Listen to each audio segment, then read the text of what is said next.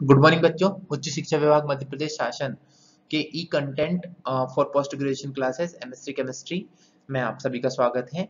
आज हम लोग यहाँ पर जो आपका ऑप्शनल पेपर है, पेपर 02, पेपर कोड 505 पॉलीमर्स, उसमें फोर्थ यूनिट का जो मेरा लास्ट लेक्चर है, लेक्चर नंबर 6, उसको डिस्कस करेंगे, जिसमें हम लोग यहाँ पर फोर्थ यूनिट में देखेंगे कि हमारे जो इनऑर्गेनिक पॉलीमर्स है उनमें बोरेन्स एंड कार्बोरेंस के बारे में हम लोग आज पढ़ेंगे। ठीक, जैसे कि प्रीवियस लेक्चर में हम लोगों ने देखा था कि जो हमारे बोरेन्स होते हैं उनको हम लोग किस तरह सिंथेसाइज करते हैं, उनकी सिंथेसिस देखी थी। आज लेक्चर जो 6 है हमारा, उसका डिस्क्रिप्शन में मैं आपको बता देता हूँ कि हम लोग यहाँ पर आज देखेंगे structures and types of the boron and synthesis of the carboranes. तो कंटेंट जो हमारे आज के इस टॉपिक के हैं वो ये है हमारे structure and type of the bonds of बोरेन्स। जो बोरेन्स है उनमें जो स्ट्रक्चर किस तरह का होता है एंड उनके टाइप्स ऑफ दी बॉन्ड कैसे होते हैं वो देखेंगे। Then after synthesis of the carboranes देखेंगे, दी कार्बोरेंस को किस तरह से सिंथेसाइज किया जाता है and properties of the carboranes. तो these are the content of the inorganic polymer fourth unit, last lecture, 6 lecture. तो सबसे पहले हम लोग देख रहे हैं यहाँ पर कि structure and type of bond in बोरेन्स structure. ठीक है, तो पहले मैं आपके इसको पहले बता दूं कि मैं इसके पहले आपको बोरेन्स के बारे में काफी सारी चीज की इंफॉर्मेशन दे चुका हूँ कि बोरेन को किस तरह सिंथेसाइज करते हैं, किस तरह से उनको हम लोग डेवलप करेंगे, ये सारी चीजें मैं आपको बता चुका हूँ। तो structure and types of borane bonds in the बोरेन्स में सबसे पहले हम लोग स्ट्रक्चर ऑफ बोरोन हाइड्राइड्स का देखें तो स्ट्रक्चर जो वो डिफाइन किया गया है वो किसके थ्रू किया गया है उसको देखते हैं। पर उसके पहले मैं थोड़ा सा एक और आपको बोरेन जो होते हैं उनके बोरेन के बारे में बता दूं कि borane are the hydrides of boron and hydrogen.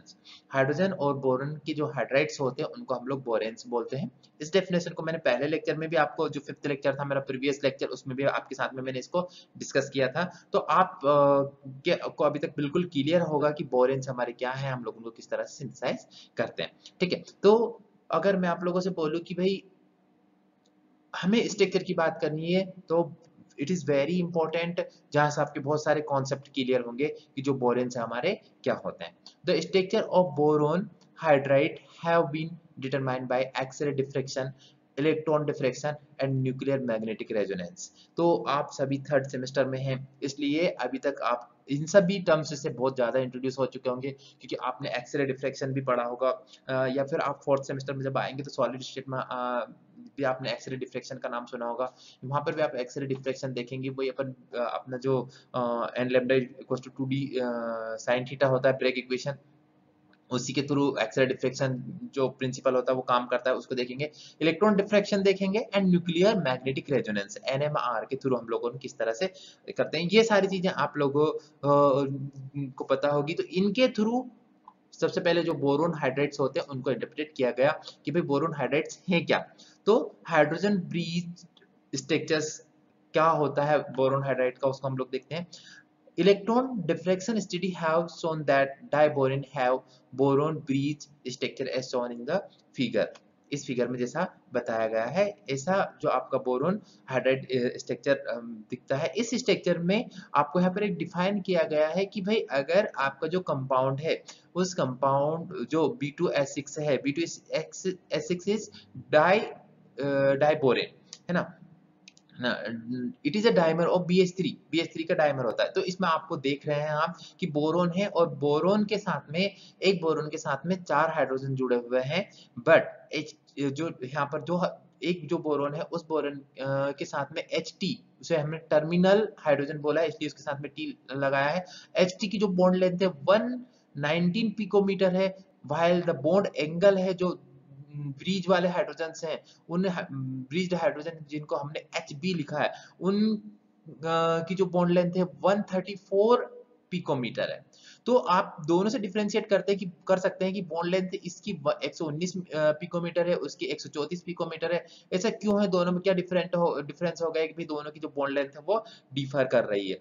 तो एक की 134 से एक की 119 पिकोमीटर है।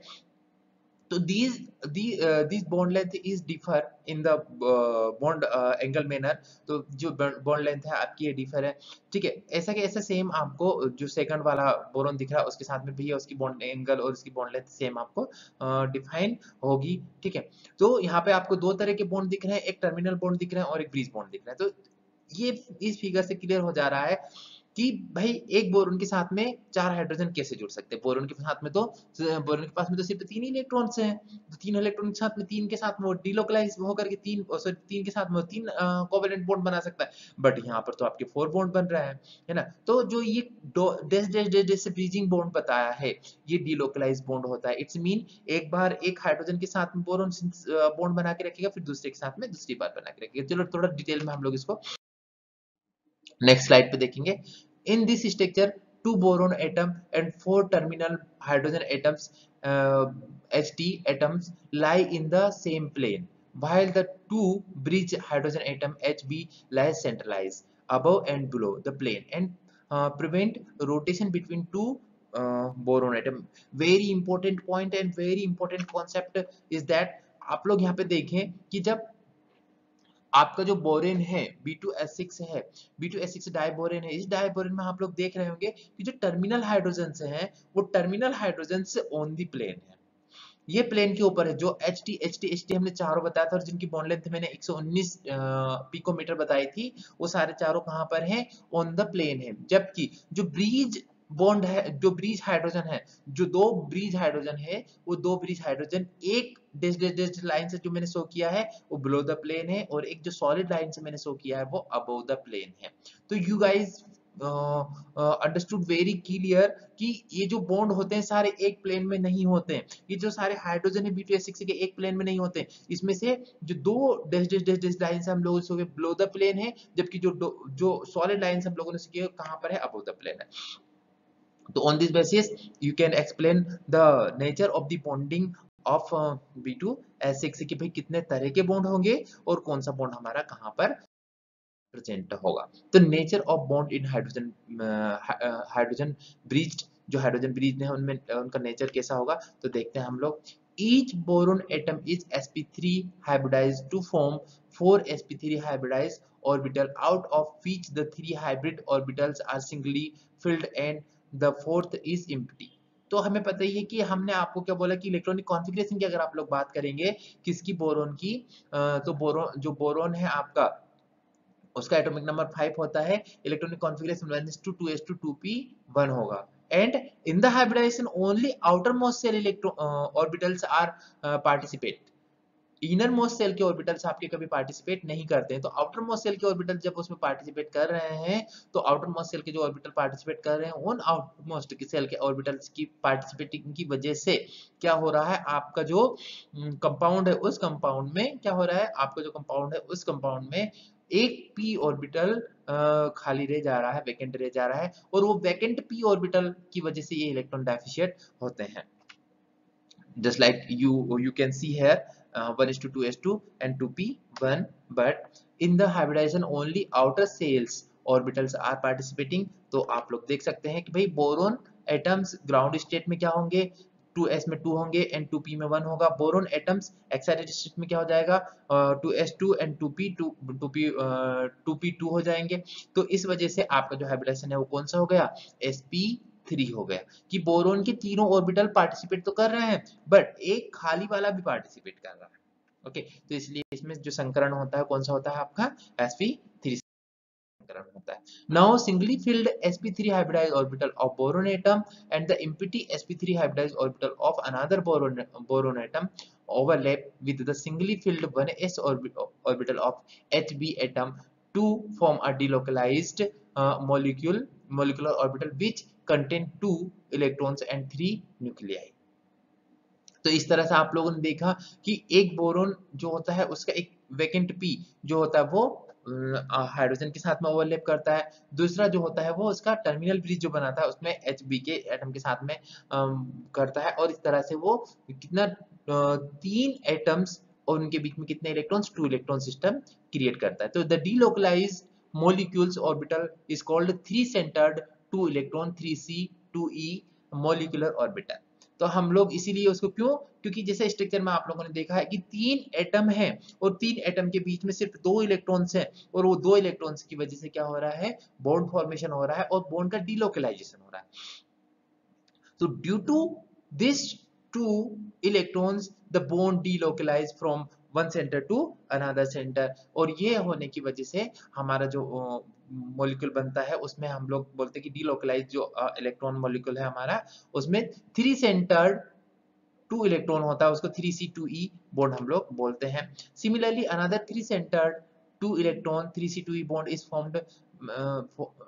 formed and 4 BHT sigma bonds are shown in the figure, just like हम लोगों ने जो फिगर में देखा था उस फिगर के अकॉर्डिंग हमारे BHT के 4 और जो 3C2E के हमारे बॉन्ड्स फॉर्मेशन होते हैं। Just like you can see है कि भाई हमारे जो किस तरह से हाइब्रिडाइजेशन में बॉन्ड बने हैं, तो 2 बॉन्ड हमारे हैं, इसमें आप लोगों को दिख रहा होगा कि BHB जो बॉन्ड बना है वो 3C2E है, मतलब 3 सेंटर्ड है एंड 2 इलेक्ट्रॉन्स हैं, तो 2E हो गया और 3 सेंटर हो गए, तो ये हो गया। और टर्मिनल जो है हमारे यहाँ पर 4 आपके टर्मिनल्स आप लोगों को दिख रहे हैं। तो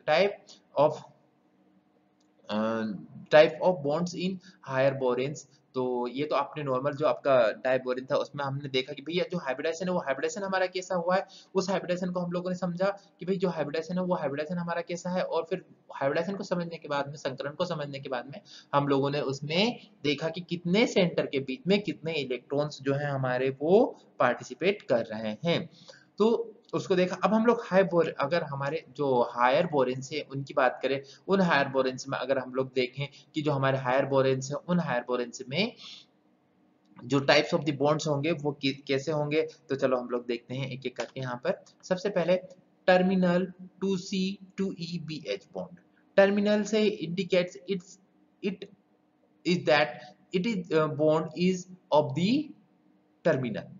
ये कौन सा बॉन्ड होगा आपका टर्मिनल, जैसे कि डाइबोरेंस में जो स्ट्रक्चर आपको ऊपर दिख रहा है, जो इमेज आपको ऊपर दिख रहा है, जिसमें BH जो बॉन्ड है, कौन सा टर्मिनल वाले 4 है, वो कौन से बॉन्ड है, हमारे टर्मिनल बॉन्ड है। तो अगर हम हायर बोरेन की बात करें तो हायर बोरेन में हमारा जो टर्मिनल बॉन्ड होगा वो 2C2E होगा। 2C2E इट्स स्टैंड्स फॉर कि 2 सेंटर होंगे एंड 2 इलेक्ट्रॉन होंगे, 2 सेंटर के बीच में 2 इलेक्ट्रॉन्स हमारे पार्टिसिपेट कर रहे होंगे, तो हम लोग ऐसे बॉन्ड को बोलते हैं 2C2E बॉन्ड। तो BH bond it is normal covalent bond and is represented as BH। इसको हम लोग किससे रिप्रेजेंट करते हैं, BH से। It is formed by the overlap of one singly filled sp3 hybridized orbital of boron atom and singly filled 1s orbital of hydrogen atom।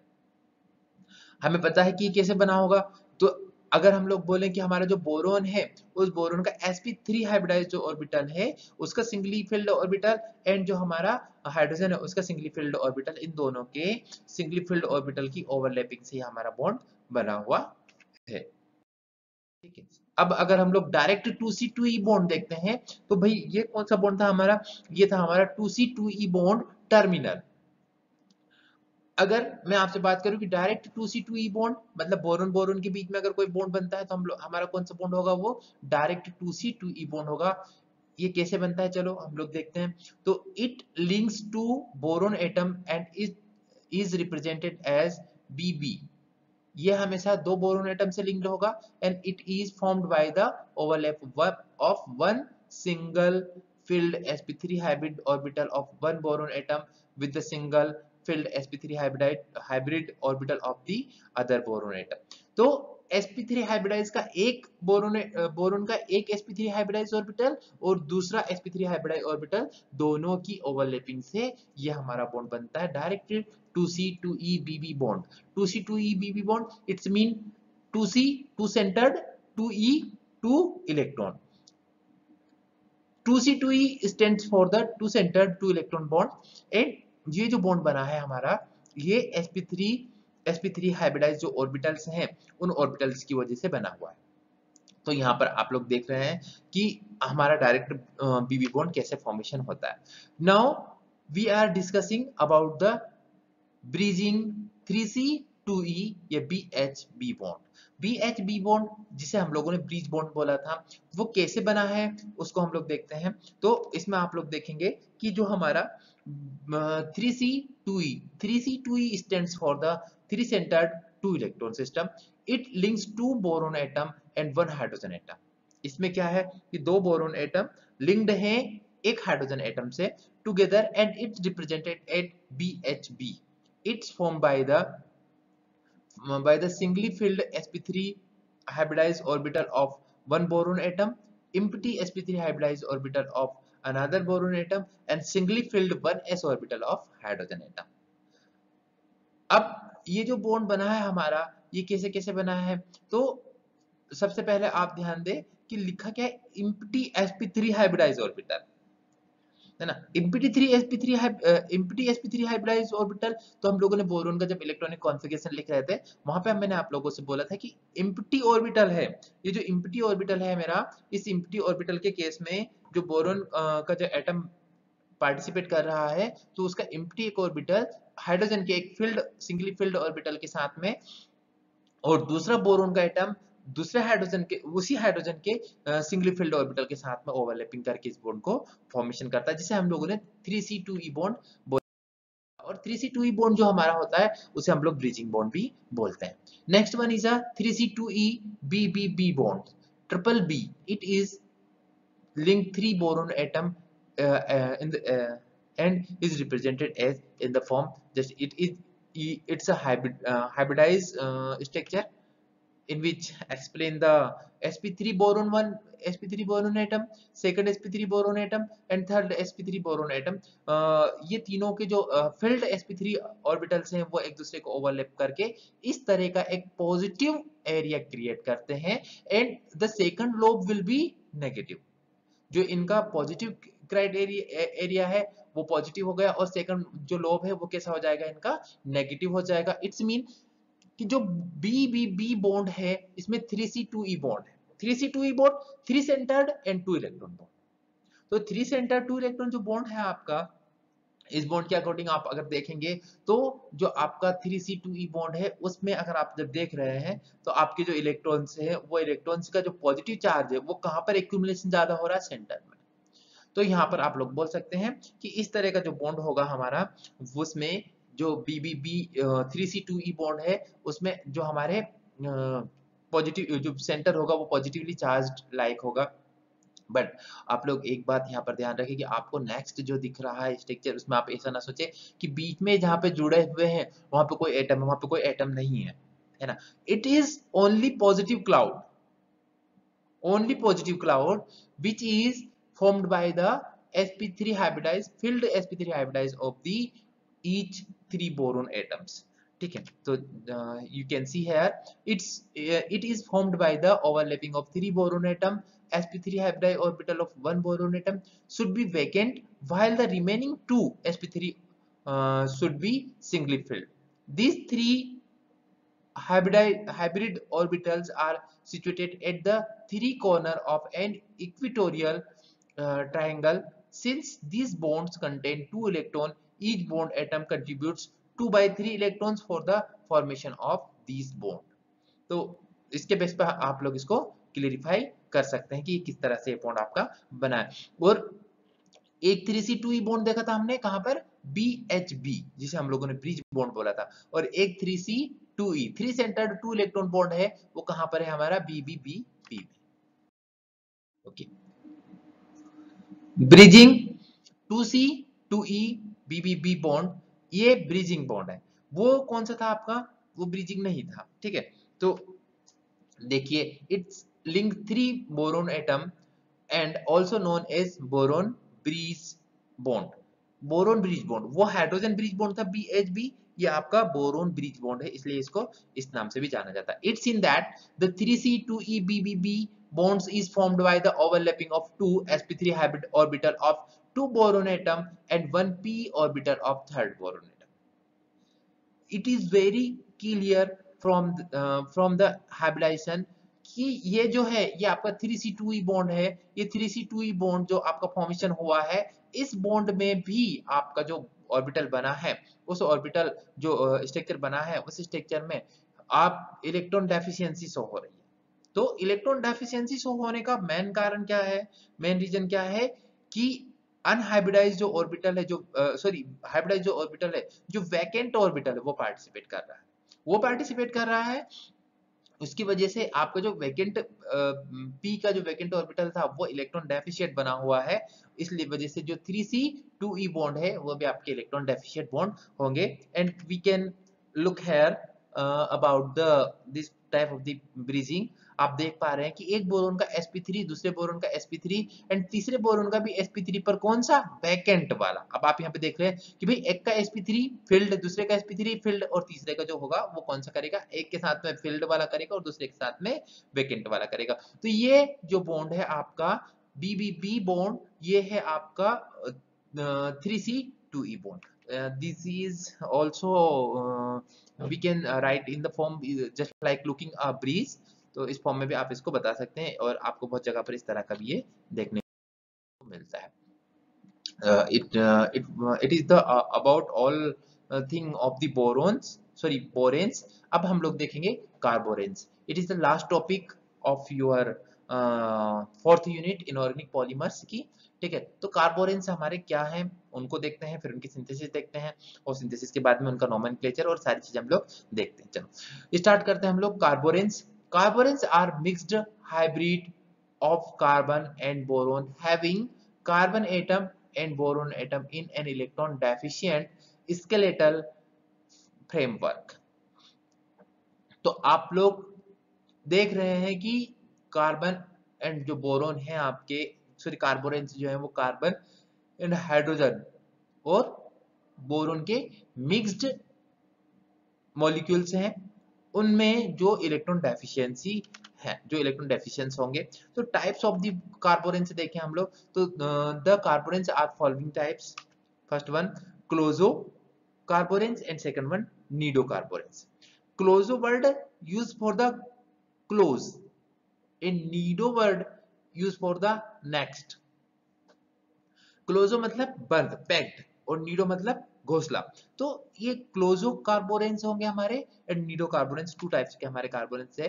तो सबसे पहले हम लोग देखते हैं हमारे जो क्लोजो कार्बोरेंस है उनकी बारे में बात करें तो क्लोजो कार्बोरेंस हमारे these have closed cage structure in which carbon hydrogen bridged are absent। In these carboranes 2BH negative units मतलब बोराइड्स या boron hydride units of following this formula are replaced by the isoelectronic CH units। तो isoelectronic जो CH units हैं उनके through इनको replace किया जा कर दिया जाए BH यूनिट को। जो भी हमारे पास जो BnHn+4 टाइप के थे या BnHn+6 टाइप के थे, उनमें अगर हम लोग जो BH यूनिट है उसको हम लोग CH यूनिट से अगर रिप्लेस कर दे तो हमारे क्या बनेंगे, कार्बोरेंस बनेंगे। तो कार्बोरेंस की जो BH नेगेटिव यूनिट है वो CH यूनिट के साथ में कैसी, isoelectronic. These carbons have general formula C2BnHn+2। तो जो हमारे नीडो कार्बोरेंस है उनका जनरल फॉर्मूला होता है C2BnHn+2 टाइप्स के। ठीक है, वेयर n = 3 to 10, जो आपके n है वो 3 से लेकर के 10 तक के हो सकते हैं। Second one nido carboranes. Nido carboranes में अगर आप लोग देखेंगे these have an open cage structure in which some framework members are linked by hydrogen bridge। These contain 1 to 4 carbon atom in the skeleton and have the general formula C2BnHn+4। वहां पर जब आप लोग आपके क्लोजो कार्बोरेंस देख रहे थे तो आप लोग देख रहे थे कि वहां का क्लोजो कार्बोरेंस का जो फॉर्मूला है वो क्या, जनरल फॉर्मूला वो क्या होता है, C2BnHn+2 होता है। वह जो नीडो कार्बोरेंस है उनका C2BnHn+4 होता है।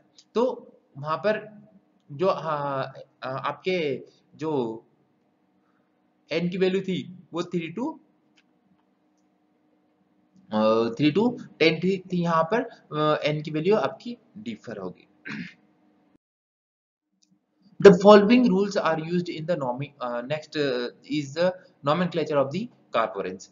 तो कार्बोरेंस के लिए हम लोग the following rules are used in the naming of कार्बोरेंस।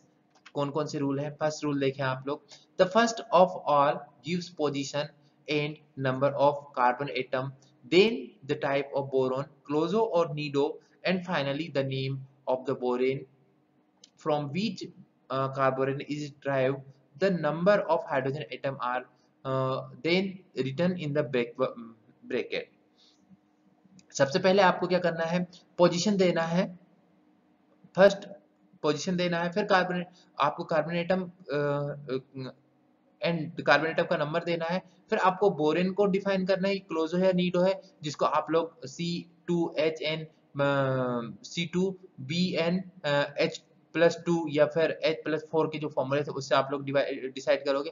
And final में आप लोगों को जो कंपाउंड है आपका, उस कंपाउंड के बारे में आप लोगों को लिखना है। तो the number of hydrogen atoms are then written in the bracket, जितने भी हाइड्रोजन रहेंगे वो उनको ब्रैकेट में लिखना है। Just like you can see here example, C B5H9 is named as mono, क्योंकि कार्बन एक है इसलिए आप लोगों ने क्या लिखा है? मोनो कार्बो, कार्बोरेन है इसलिए।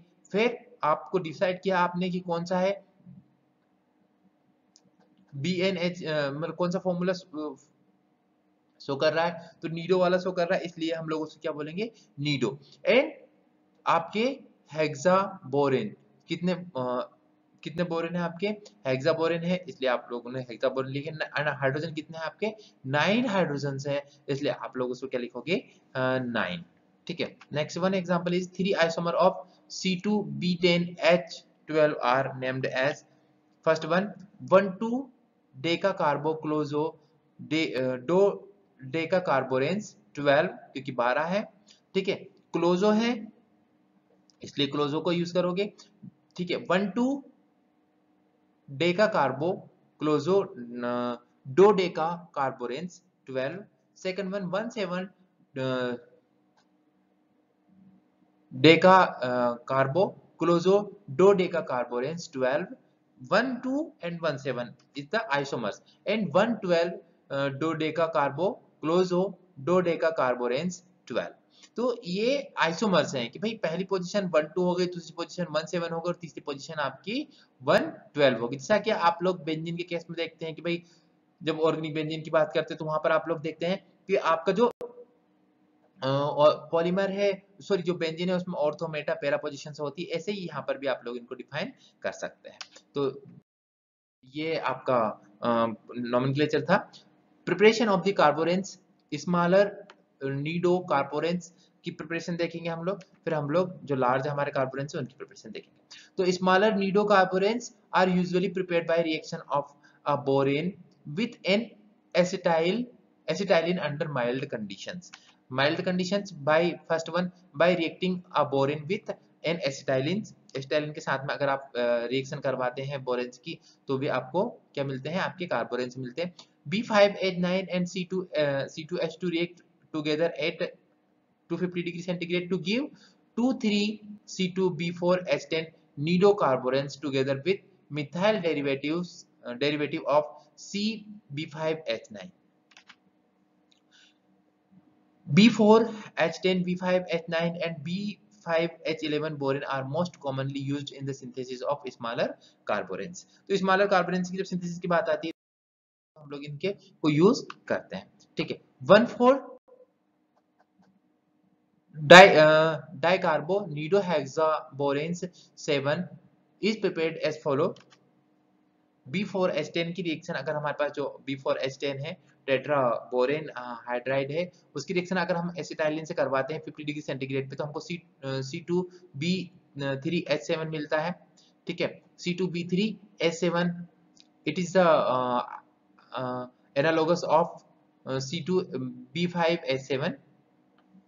2,3 dicarbonidohexaborane 8 and it homologous are synthesized by the catalysis of pyrolysis of alkynes with pentaborane 9 and isomer result by varying this starting materials. You can see here अगर हम लोग RC double bond CR acetylene लेते हैं और उसकी reaction B5H9 के साथ में करवाते हैं तो हम लोगों को जो डेरिवेटिव्स होते हैं R एंड R डैश वाले डेरिवेटिव C2B4H6 के साथ में मिलते हैं। and CB5H9 monocarbonidohexaborane 9 is prepared from the ethyl difluoroborane and lithium. Large nidocarboranes just like C2B5H13 naming as dicarbonidoundecacarborane 13, इसको हम लोग किस तरह सिंथेसाइज कर सकते हैं? You can see here it is second member of nidocarboranes. Here n equals to 4 or 9. These parent carborane and it is carbon is substitute derivatives can be prepared by the by the base degradation of orthocarboranes 1 to dicarboclozododecacarboranes C2B10H12. Here you can see 1 to C2B10H12 की reaction हमने करवाई MEOH के साथ में, तो हमें को C2B5H12 एक इंटरमीडिएट मिलता है नेगेटिव चार्ज के साथ में। फिर अगर एसिडिक मीडिया लेते हैं तो हमको जो हमारा लार्ज निडोकार्बोरेंस का डेरिवेटिव मेंबर है C2B9H13 मिलता है। क्लोजोकार्बोरेंस these carboranes have the general formula C2B9H n + 2 where n equals to 3 to 10 in which the substituent are only terminal.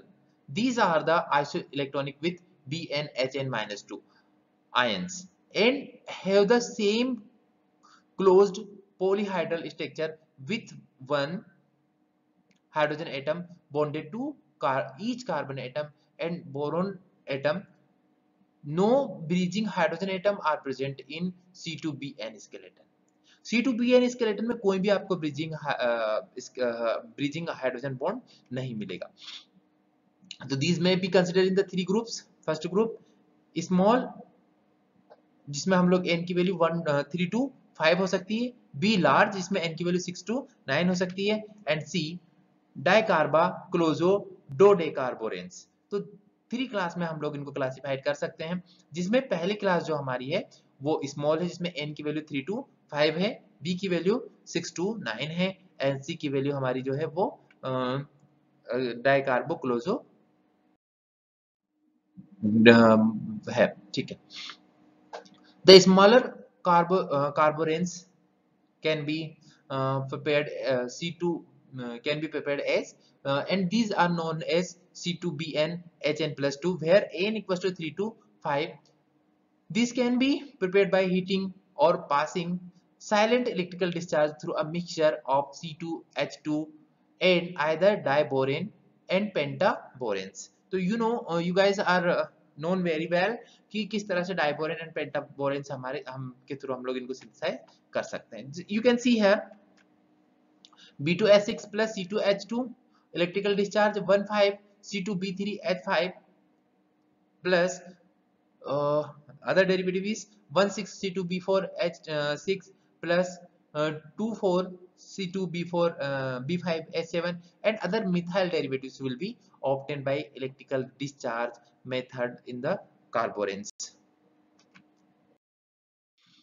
Large carboranes can be synthesized in the following trends, and the general formula for the large carboranes are C2BnHn+2 where n equals to C6 to 9. Their chemistry is so close that they have to be considered together. The first 3 members of these groups of carboranes are obtained by thermolysis of 1,3-C2B5H13 and 1,3-C2B7H12 negative. This can be derived as in the form as अगर आप thermolysis कर रहे हैं इनका तो उससे आप लोग को ये मिल सकते हैं जस्ट लाइक यहाँ यू कैन सी है आपने NaOH लिया है सोडियम हाइड्राइड तो आपको एक डेरिवेटिव्स मिला है उसका। ठीक है। नेक्स्ट वन, अगर आप टेम्परेचर वरी करते हैं कि अगर आप 250 डिग्री सेंटीग्रेड पर 250 नॉट 250 215 पर अगर आप इसको थर्मोलाइसिस करवाते हैं आपको C2B7H9 मिलता है। अगर 200 पे करवाते हैं आप तो C3B6H8 मिलता है। अगर 200 पे आप इसको करवाते हैं तो 16C2H8 B8H10 मिलता है। एंड अगर आप बेस लेकर के जो आपको 16C2B8H8 मिला है, H10 मिला है, उसको अगर आप बेस की प्रेजेंस में करवाते हैं तो आपको 13C2B7H14 मिलता 12 मिलता है, जो डिफाइन करेगा इसको। तो इस तरह से हम इनकी सारी प्रॉपर्टीज को डिफाइन कर सकते हैं। बुक्स आप बहुत अच्छे से जानते हैं, इन सारी बुक्स में सारा मटेरियल आपका कवर हो रहा है, तो ये बुक्स आप प्रीफर करें। The section of your self assessment, and in your self assessment the first question is carburants are mixed hydride of। अब पहले जैसे हम लोगों ने डेफिनेशन में देखा कि कार्बोरेंट्स क्या है, हाइड्राइड्स हैं, तो मिक्स्ड हाइड्राइड्स हैं किस किस के, चलो देखते हैं। फर्स्ट ऑप्शन है aluminium and carbon, second option carbon and nitrogen, third option carbon and boron, fourth option carbon, boron and nitrogen, and fifth option all। You can explain on the basis of carboranes, तो carbon and boron, correct answer क्या हो जाएगा आपका, it is derivative of carbon and boron. तो option कौन सा आ जाएगा आपका, ऑप्शन सी इज राइट कि carboranes are mixed hydrides of carbon and boron. Carbon और बोरोन के दोनों के मिक्स्ड हाइड्राइड होते हैं कौन, आपके कार्बोरेंस। तो कार्बोरेंस की डेफिनेशन में हम लोगों ने सबसे पहले ये देखा था कि कार्बोरेंस क्या है, carboranes are mixed derivatives of boron and carbon. तो कार्बन के और बोरोन के मिक्स्ड डेरिवेटिव्स हैं वो क्या है, आपके कार्बोरेंस है। ओके, क्वेश्चन सेकंड है आपका क्लोजोकार्बन से हैव द जनरल फॉर्मूला। जो क्लोजोकार्बन से हैं उनके पास में जनरल फॉर्मूला आपका क्या होता है, उसका जनरल फॉर्मूला अगर हम लोग देखें तो उसके जनरल फॉर्मूले को हम लोग डिस्कस करते हैं कि भाई जनरल फॉर्मूला हमारा क्या होगा क्लोजोकार्बन का। तो क्लोजोकार्बन से have the general formula option A C2BnHn, option B C2BnHn plus 1, option C C2BnHn plus 2, and option D C2BnHn plus 3, and option E C2BnHn plus 14। तो ये ऑप्शन है आपके पास में, और कंफ्यूज करने वाले ऑप्शन है सारे। कई बार कॉम्पिटिटिव एग्जाम में भी क्वेश्चन पूछा गया है इनके बेसिस कि भाई कौन से होते हैं। तो आप लोग जो देख पा रहे हैं कि C2BnHn, C2BnHn plus 2, C2BnHn plus 1, C2BnHn plus 3, C2BnHn plus 14, तो इस तरह से आपको कंफ्यूज करने वाले हैं। तो आंसर करेक्ट होगा आपका C2BnHn plus 2। तो आप लोग इसको बहुत ध्यान रखें क्योंकि इंपॉर्टेंट है एग्जामिनेशन पॉइंट ऑफ व्यू से। बहुत सारे एग्जाम्स में भी इस क्वेश्चन को पूछा गया है और पूछा जाता है कि क्लोजोकार्बोरेंस हैविंग द जनरल फॉर्मूला, है ना। तो इस तरह से ये चीजें आपकी इंपॉर्टेंट जाती है। Thank you for listening my 1 to 6 lectures of the polymer which is your optional paper, and interesting thing is that कि इसमें आपने जो पहले लेक्चर से लेकर के छठे लेक्चर तक सारी चीजें देखी हैं वो आपकी कॉम्पिटिटिव एग्जामिनेशन के लिए बहुत ज्यादा इंपॉर्टेंट है। जैसे बोरेन हो गया, बोराजीन्स हो गया, है ना, और सिलिकॉन हो गया, ये इनसे क्वेश्चन हमेशा आपके कॉम्पिटिटिव एग्जाम में पूछे जाते हैं। आपके एमएससी में तो पूछे जाएंगे ही, बट आपके कॉम्पिटिटिव एग्जाम में भी इसमें क्वेश्चन पूछे जाते हैं, इसलिए ये बहुत इंपॉर्टेंट हो जाती हैं। और इम्पोर्टेंट होने के साथ साथ इनका जो इम्पोर्टेंस ज्यादा जो इम्पोर्टेंस है वो ये है कि ये जब आप लोग रिसर्च के लिए जाते हैं तो आप क्या इनके लिए काम करना चाहते हैं, इनऑर्गेनिक पॉलीमर सिंथेसाइज करना चाहते हैं, इसलिए ये सब बहुत इंपॉर्टेंट हो जाते हैं आपके लिए। तो उम्मीद है कि आपको इनऑर्गेनिक पॉलीमर्स की जो 6 लेक्चर हैं आपकी 4th यूनिट के, वो आपको पसंद आए होंगे। हम लोग इनऑर्गेनिक पॉलीमर की जो 5th यूनिट है आपकी, जिसमें फास्फाजीन्स हैं एंड अदर डेरिवेटिव्स हैं, उसको आपको उस यूनिट के साथ में फिर से आप को मिलूंगा मैं। तो आप लोग इस यूनिट को पूरा तैयार करें, क्योंकि इम्पोर्टेंट यूनिट है हर पॉइंट ऑफ व्यू से। Thank you.